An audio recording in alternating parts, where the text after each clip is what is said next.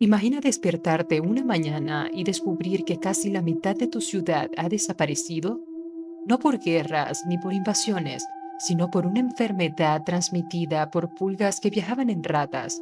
Sí, básicamente, uno de los peores desastres de la historia de la humanidad empezó con algo más pequeño que una semilla de sésamo. Pero la historia de una de las peores pestes de la historia de la humanidad en realidad no comenzó en el siglo XIV. Enciende la antorcha y colóquense cómodos que hoy nos vamos de viaje al pasado y daremos un recorrido a algunos de los momentos más oscuros de la Edad Media. En el año 541, el Imperio Bizantino enfrentó una catástrofe sanitaria conocida como la peste de Justiniano.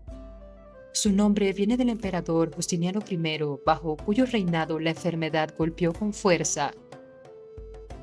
Uno de los principales testigos fue el historiador Procopio de Cesarea, quien describió lo que veía mientras la epidemia arrasaba en Constantinopla. Procopio trató de analizar la enfermedad sin recurrir a explicaciones religiosas, algo bastante común para la época. Procopio observó algo muy interesante. Los enfermos que desarrollaban bubones que crecían y luego se drenaban tenían más posibilidades de sobrevivir que aquellos cuyos bubones permanecían intactos. En solo Constantinopla, la peste mató cerca del 40% de la población y en apenas 2 años se calcula que unos 4 millones de personas murieron en el Imperio Bizantino. Luego hubo brotes esporádicos, uno de los últimos en Nápoles en el año 767. Después la enfermedad desapareció durante siglos, pero no se había ido para siempre. En 1347 la enfermedad regresó a Europa y esta vez sería conocida como la peste negra. Hoy sabemos que tanto la peste de Justiniano como la peste negra fueron causadas por la misma bacteria, la Yersinia pestis, aunque investigaciones modernas indican que eran variantes genéticas diferentes, siendo la del siglo XIV la más devastadora de entre las dos. La enfermedad se expandió desde Asia hacia Italia y desde allí por todo el continente europeo. Entre 1347 y 1360, Europa sufrió una caída demográfica brutal. Se estima que murió entre el 30% y el 60% de la población europea.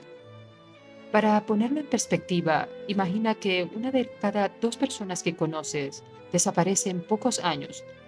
Y pues podrán a veces romantizar mucho la época antigua y la época medieval. Sin embargo, no era la mejor época para estar vivo definitivamente. Pero en el siglo XIV nadie sabía qué era una bacteria. Había varias teorías. Una provenía de la medicina griega, los miasmas. Según esta idea, las enfermedades eran causadas por aire contaminado o por materia en descomposición. Otras teorías culpaban a alineaciones de planetas, cometas, eclipses o incluso gases liberados por terremotos y volcanes. Básicamente, cuando no sabes qué causa una enfermedad, cualquier cosa en el cielo parece sospechosa. No fue hasta el siglo XIX cuando los bacteriólogos Kitasato y Alexandre Yersin descubrieron el verdadero culpable, la bacteria Yersinia pestis transmitida por pulgas que vivían en ratas. Uno de los episodios más extraños de esta historia ocurrió antes de que la peste llegara a Europa Occidental. En 1346, en la ciudad comercial de Tana, un mercader italiano mató a un musulmán mongol durante una pelea. La respuesta fue rápida. El líder mongol Janibek envió su ejército para tomar la ciudad. Muchos comerciantes escaparon hacia Kaffa, pero los mongoles lo siguieron y comenzaron el asedio de la ciudad. Entonces ocurrió algo inesperado. La peste comenzó a propagarse entre los propios soldados mongoles. Un notario italiano llamado Gabriel Damusi relató que el líder mongol ordenó catapultar los cadáveres infectados por encima de las murallas, toda un arma biológica antigua. Poco después, la enfermedad también comenzó a extenderse dentro de Kaffa. Muchos historiadores, por supuesto, consideran este episodio uno de los primeros casos documentados de guerra biológica. Ahora bien, ¿cómo trataban la peste los médicos medievales? La respuesta corta es con mucha imaginación. Algunas de las curas incluían sangrías, fumigaciones, pociones, rituales religiosos e incluso la cuarentena, aunque esta última fue la más efectiva. Pero uno de los métodos más curiosos sin duda era el método Vicari. Este consistía en desplumar un pollo vivo y aplicar su piel directamente sobre los bucones del enfermo. La idea era que el pollo absorbiera la enfermedad. Así es, imagínate estar gravemente enfermo y que el tratamiento médico sea básicamente un pollo calvo encima de tu pierna. Cuando pensamos en la peste, muchos imaginan inmediatamente a los doctores con esa máscara de pico. Pero hay un detalle muy curioso. Realmente este traje no se utilizó durante la peste negra del siglo XIV. Este fue creado mucho más tarde, realmente en el siglo XVII, exactamente por el médico francés Charles Delorme.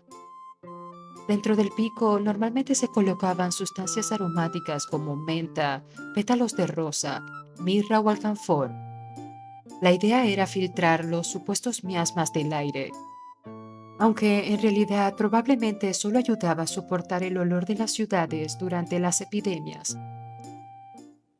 La peste negra no solo fue una epidemia, fue un evento que transformó completamente Europa, cambió la economía, la sociedad y la manera en que las personas entendían las enfermedades. Si te gustó este viaje, dale like y suscríbete. Volveré con más viajes al pasado en un futuro no lejano. Hasta la próxima.